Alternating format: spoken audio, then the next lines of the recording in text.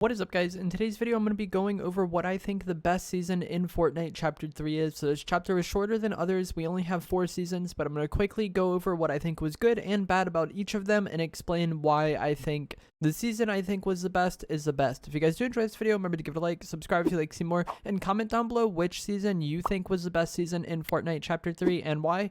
And obviously, as always, be respectful to each other in the comments. So starting with Chapter 3 Season 1, obviously, the season brought a whole new map, and that's always going to be exciting, regardless of how good or bad a map turns out to be. Those first few days and weeks are always going to be really exciting as you're exploring and discovering the new map. And there was also an entirely new loot pool in Chapter 3. I believe at the start of Chapter 3, there wasn't a single weapon that had been in the game previously. Every item that was, or every weapon at least that was in the game was brand new, aside from grenades, I guess. But like the shotguns, the ARs, the SMGs, they were all new items. Unfortunately, they were really poorly balanced, and if you didn't play back then, you won't know, and if you did play back then, you might have forgotten how poorly the shotguns were balanced at launch. So Fortnite shotguns are always kind of inconsistent, and they've always been underwhelming in Chapter 3, but the striker pump at launch was incredibly weak.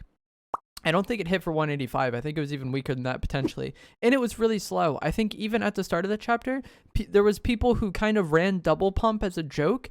There was still like the 1.5 second delay, but that 1.5 second delay was faster than just waiting for the gun to be able to shoot again. It shot so slow. And then same with the auto shotgun. It was incredibly inconsistent and the max damage wasn't that good.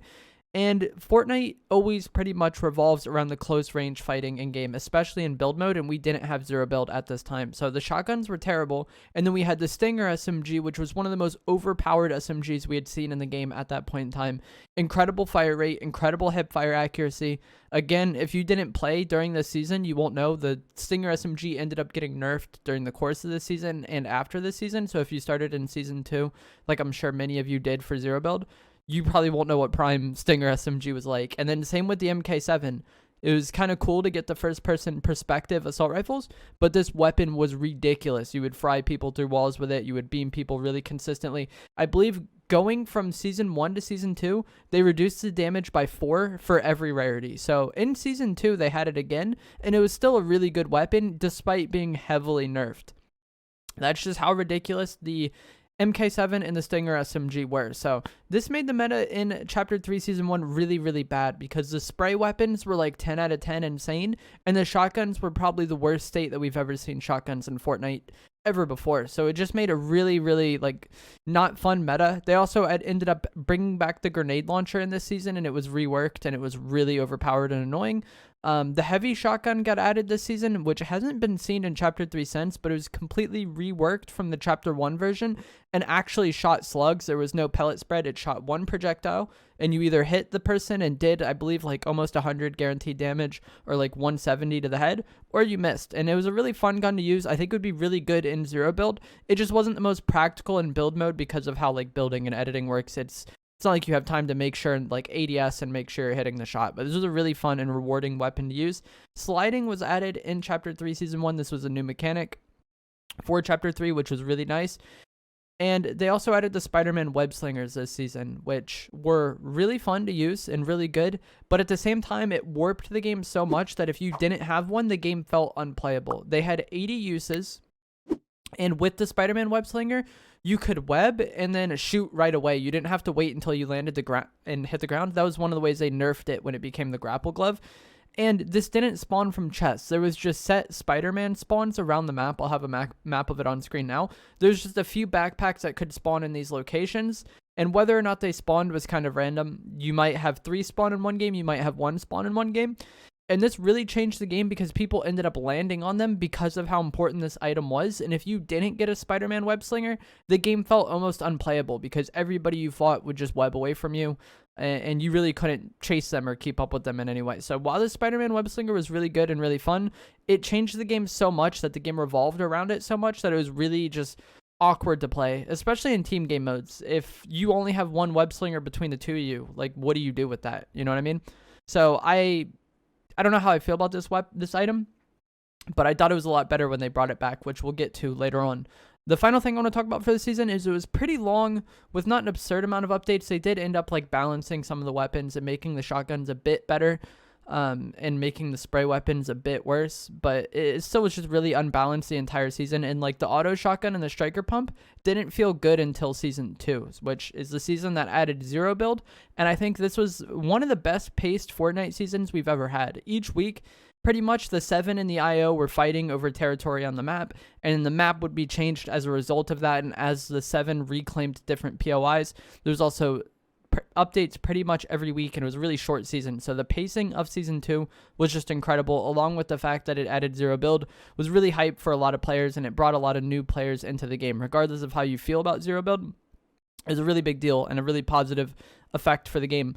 Sprinting and mantling were also added in season 2, which I think were really positive for the game. So we've gotten a complete overhaul of the mobility in Fortnite so far. We've gotten sprinting, mantling, and sliding just in the first 2 seasons of Chapter 3.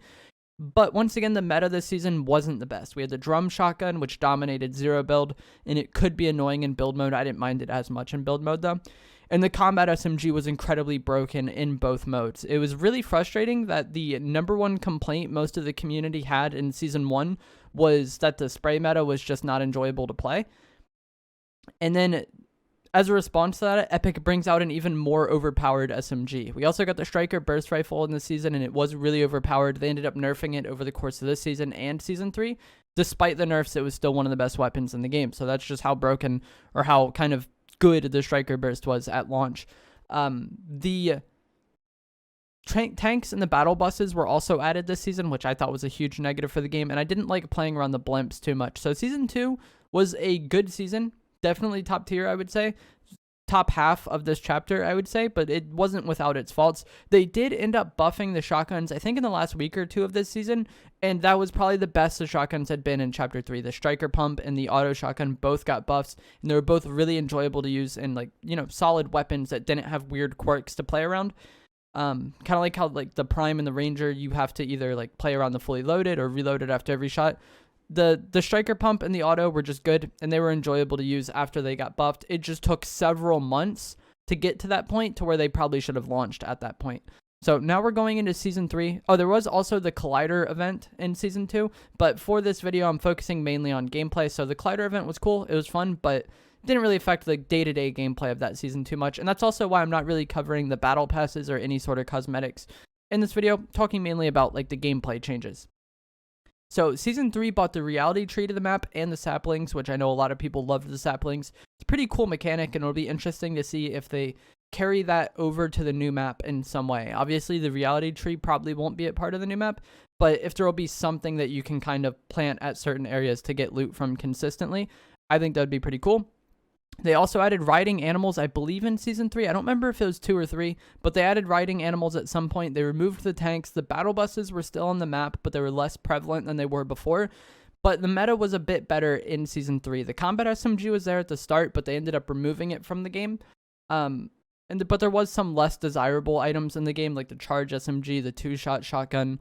I think the revolver was in the game in Season 3. There was some, like, undesirable weapons, but there wasn't as many, like, busted, overpowered weapons, I felt like. The drum shotgun was also vaulted.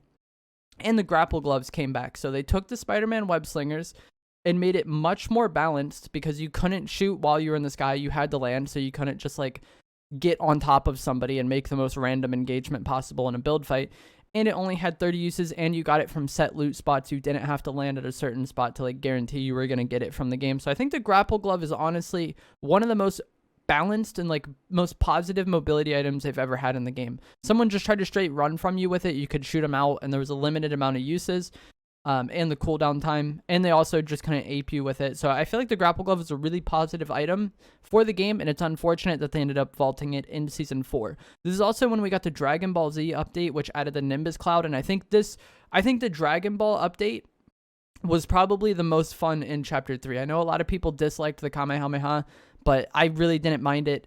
I think I died to it 3 times while it was in the game, and each time was because I made a dumb mistake, and I just felt dumb afterwards. But yeah, that last few week or 2 before the Wild Week started, there was, like, a period of time where the Dragon Ball Z stuff was in the game, but the Wild Weeks hadn't quite started. I think that is, like, peak of Chapter 3, in my opinion. Season 3 was probably the most balanced, had a somewhat consistent flow of map changes with the reality tree changing POIs, But unfortunately, this just wasn't that exciting because they didn't feel new and unique. They would just kind of change one section of a POI into like a different theme of that same thing. Like the houses at Sleepy Sound went from being just normal houses to being like Coral Castle houses or Roman Colosseum houses. But like it didn't really change the feel of the POI, and it didn't really feel that new. It was more of just like a cosmetic change. And the only real knock I have against this season is that it was kind of too long, and there was a lack of content and lack of updates during the summer event, which was pretty lame because it kind of seemed like the entire season was marketed around that summer event that just did ultimately nothing. And there was also a few bugs during that time that took a while to get fixed because Epic was on vacation. And so now we come to Season 4. I'm not going to go into this too much because I will make a Season 4 review video later on, like in the coming week or so. But this video is about the best season of Chapter 3, and I think Season 4 is inarguably the weakest season of this chapter. The map is a mess with the chrome spreading about. Obviously, it's the end of the chapter, and the end of chapter seasons are almost always the worst, I feel like. So it doesn't get too much flack for that, but it started out really good. I think the meta at the start of Season 4 was really good. Unfortunately, the striker pump and the auto shotgun being vaulted kind of made the shotgun meta weird. I think the upgrading mechanic for chrome weapons was great. Like being able to do damage to upgrade guns is really cool. And the hollow chest and the vault rework they did this season, I think, is spectacular. I really hope that that makes its way into Chapter 4. These vaults and just like the keys you find, I think is the best iteration vaults have been in Fortnite. And then the hollow chests are also really great. They're probably too powerful. Maybe they could be toned back a little bit. But both of those aspects are really, really good, I think. But like I said, this video is about what season I think is best. And I think Season 4 is the worst so far this chapter, which is fine. It's the end of chapter. It's fine. It's not that big of a deal, but I think it's the weakest. So which season I think is best? It's between 2 and 3, I think. Season 1 was okay. It's nice to have a new chapter and new map, but the balance was just so bad with the shotguns and the spray meta being so out of hand. We're going to throw that to the side. It's between 2 and 3. I really don't know which of these to choose. They both have their pros and their cons. Season 2 had incredible pacing with like consistent flow of updates, but it had a pretty bad meta with the drum shotgun and combat SMG being in the game. And then also the tanks and the battle buses being in the game were really, really annoying. So I think I'm going to have to give it to Season 3. The battle buses did remain, but there wasn't as many of them. And the meta was a lot better in Season 3, especially around the time of the Dragon Ball Z update, playing zero build and just running like Striker Burst, the auto shotgun, and then like Nimbus Cloud and Shockwaves. The pacing of the game at that point in time was incredible. And it was a lot of fun to play. So if I had to rank the seasons, I think I would go 3, 2, 1, 4. Let me know down in the comments below which season of Chapter 3 you think was best, which aspects of this chapter you hope to see return in Chapter 4, and how you personally would rank them. Like I said, I would go 3, 2, 1, 4. I think 3, 2, and 1 are all really close, though. Like it's like 3 is here, 2 is like right there, 1 is maybe like right here, and then 4 is like all the way down there. Like the first 3 were really good. 4 is kind of a letdown. But let me know what you think down in the comments below. Give it a like if you enjoyed it. Subscribe if you want to see more. And I will see you guys in the next video. Thanks for watching.